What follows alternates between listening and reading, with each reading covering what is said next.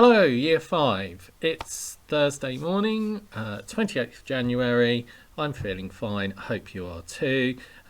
Great PE session yesterday. Like I said, I got my R2D2 mixed up with my C3PO and ended up on the floor. Thanks for that, Mrs. C. Brilliant job. Right, let's crack on. We are talking about speeches. We're going to do our extended right tomorrow, so we've got to plan for it. Let's start by doing some spag.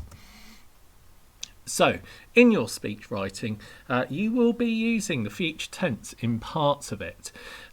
So you could be sure that something will or won't happen in the future. You may not be sure that something might happen. You might even plan to do something and say, I'm going to, so I'm going to build a boat. We're going to escape by using that. Okay, so you are going to need to understand the future tense today. So what I'd like you to do is to write your own examples of sentences that use the future tense. So can you, in your books, write an example of a sentence that uses will, won't, might, may, or going to? So you might say, I will, or you won't, or they might, we may. Okay, so pause the video and I will come back to you in a moment. Cool. Back in the room. So these were my examples. Hopefully you've had a chance to kind of read through yours and just tick them off. I came up with, I will lead us to a brighter future. I'm really thinking about my speech here. I won't let Doobie lead you into starvation. I will let Zoe become second in charge. Doobie's saying that. She may not have the strength to lead you. So he, again, Doobie, is putting her down. I am going to save you all by building a large boat. I am going to save you all by building a large boat. So that's our last example. So hopefully you had a good practice at that. Let's crack on. Now, today is our planning session. We know how important our plans are. So what you need to really be clear about today is which character you are going to write your speech for. So you are writing in role. You are going to write as that character. You need to have a clear vision within your speech and be able to link your points together. So that's where our planning frame comes into its own, and that is in the resources. Okay, you can look at cause and consequence. So this means if I do something, this might happen. If we don't do this, this might happen. So you can use cause and consequence. You might want to have a little chat about that if you're in the bubble or at home. Okay. Now that's very much to do with the present and future tense when you're looking at cause and consequence. So you can choose either Zoe or Doobie. You should have that clear in your head by now. And you need to use and express ideas and their opinions within your speech. You need to make sure that it really engages your audience and persuades them to support your character. So yesterday in our resources, there were two sheets to help you. One was about persuasive vocabulary. So there were lots of examples of different cues for persuasive vocabulary. There was another sheet that kind of guided you through more devices or skills that you could use for a persuasive piece of writing. Okay, so you're going to use the planning frame and your writing toolkit, so you can go back to Monday's session and have a look, see what you did then, and hopefully your speech will be remembered for generations to come. for good or bad. It all depends on what you put into your speech. Okay, so who are you going to be writing for, Zoe or Doobie? Right, so cracking on. We've tackled this, I think, on Tuesday about the past, present and future.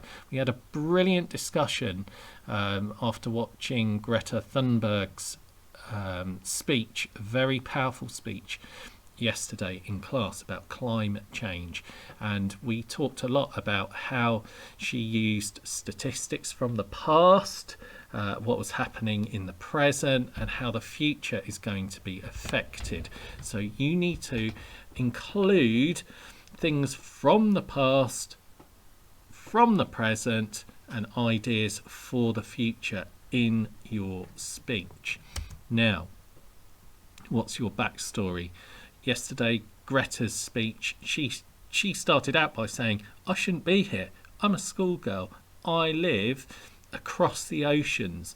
She started to talk just a little bit about her past. Now, if you're Zoe or Doobie, you can build on that. Zoe has got a really clear past history and a clear backstory. If you're writing about Doobie, you're going to have to stretch your imagination a little bit more, and you can make up his backstory. How did he end up on that island? Where are his parents? Why is he the way he is? Has he seen something in his past that has made him so aggressive? What has he got to prove? There are lots of big questions around him. So you can be really creative with Doobie. Okay, what's your personality like, and how can you show this? Greta Thunberg, really strong personality, really emotional, and you know, when she read her speech, she was almost brought to tears. You could tell that she really cared, and she was really passionate about her views, and that came through her speech. Okay, so how can you achieve that with Zoe and Doobie? What's your understanding of the situation? This was one of the points that came up from the clip yesterday about writing a good speech. You need to be really clear about the situation. So you're on Eel Island. What is happening right now in the present? The waters are rising. Possibly not enough food to go around. Not enough clothing to go around. It's a really desperate situation. Are you going to stay and protect what you have, or are you going to move on and try and find a new life or a new existence? What's your understanding of the situation? Can you turn the island into a better place and stay, or do you move on? Okay, so you can give reasons as to what you think. We've got to move because, or we're going to stay because. So how can you change this? What change are you going to make? Because at the moment you want people to believe in you. So what change can you make in order for them to follow you?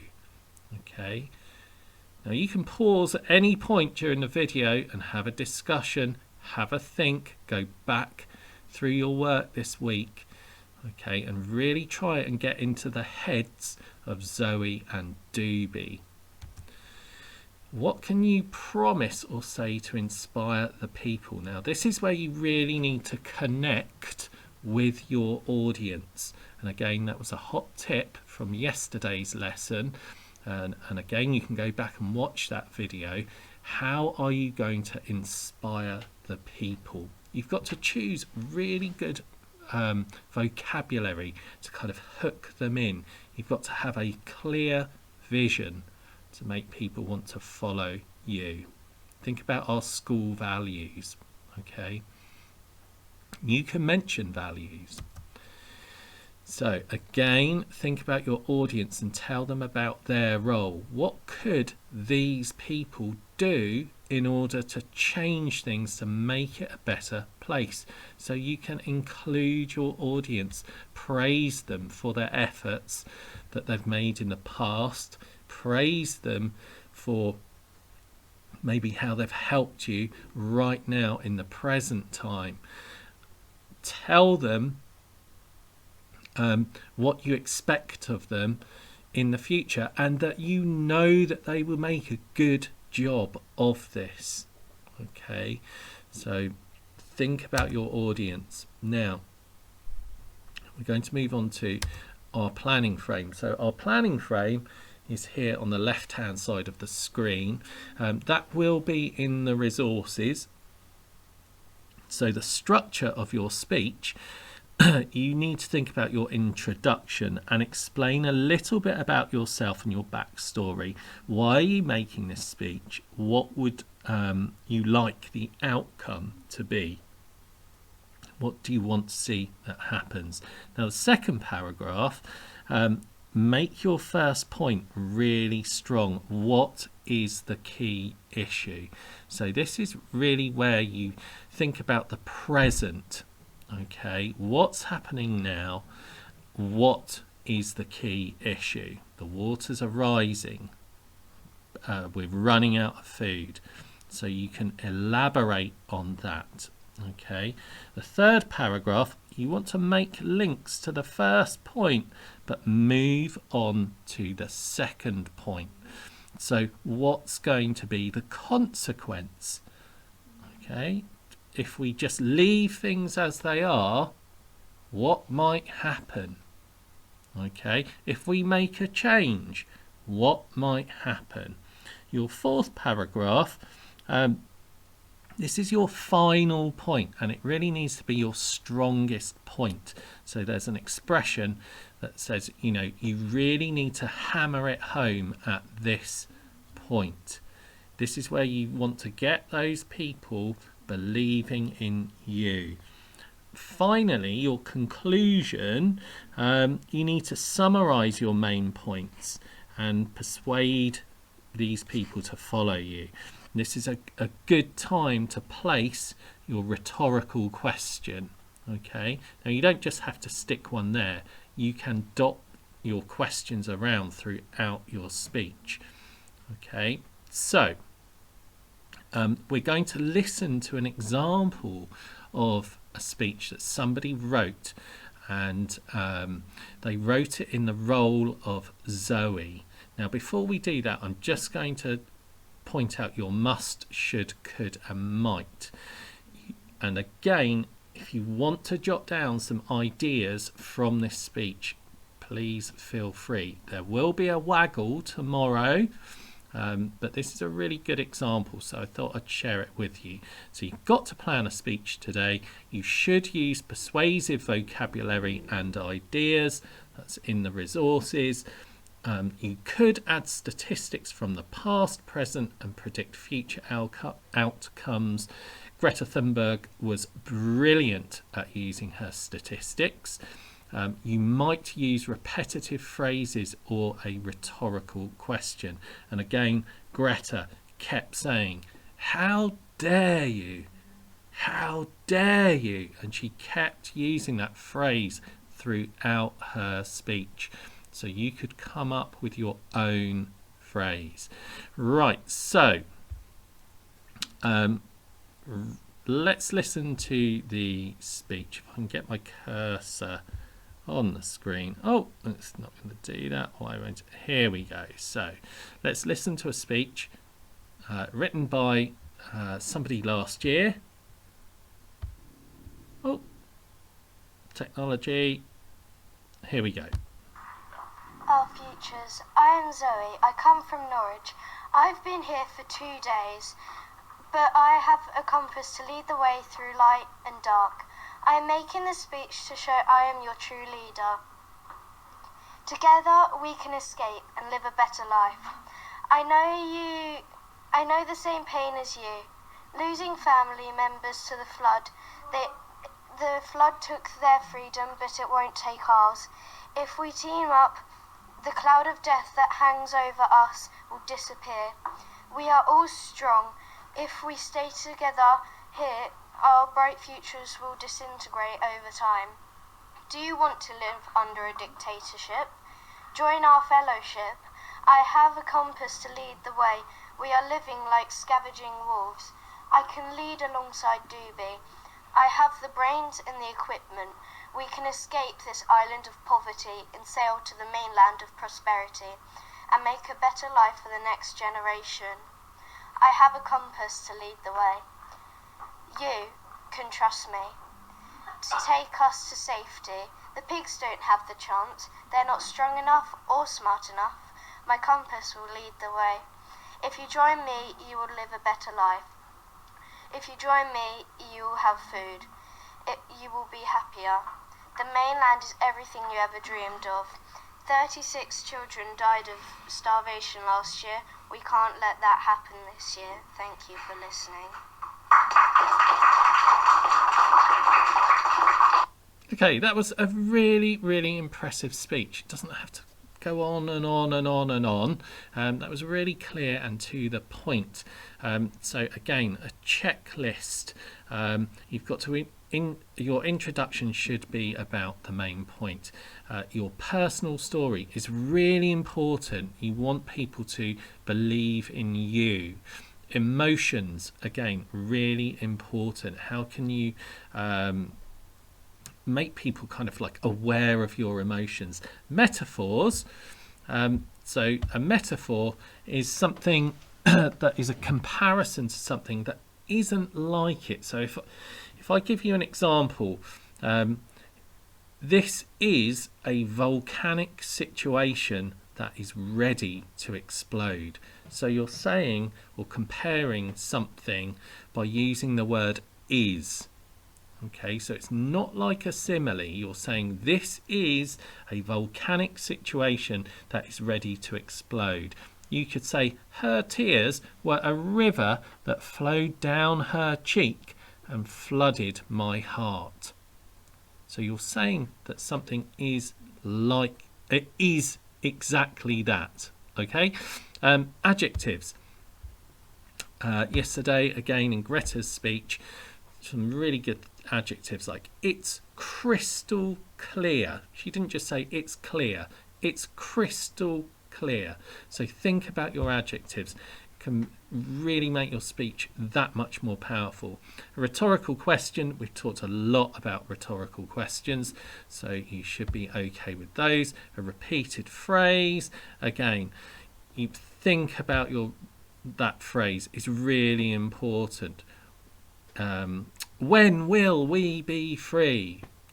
You could use something like that and repeat it through your speech. Similes, hopefully you all know what simile is like. So you could say something like, if you were Zoe, my father was as wise as an owl and as strong as an ox. So you're comparing something to something else using as or like. Statistics. In our last speech there, we heard about 39 children died last year. This year, it's risen. 47 children died. So what will the future be? Okay, so statistics are really important. You could say about the water rising each year and give a level or a measurement. And your persuasive vocabulary is on your sheets, so you can talk about that or have a look at your sheets as well. So you want to persuade people to join your cause. And then at the very end, you just need to summarize your main point from the beginning. So good luck with your planning session. You know how important it is. Talk, discuss, and again, our speechwriter from yesterday just said write down as many ideas as you can, and then tomorrow when you draft your speech, you can just put a line through some of them if you don't want to use all of them. Okay, so really good luck with your task today. I'm really excited about hearing some of your speeches. So I'm going to say cheerio.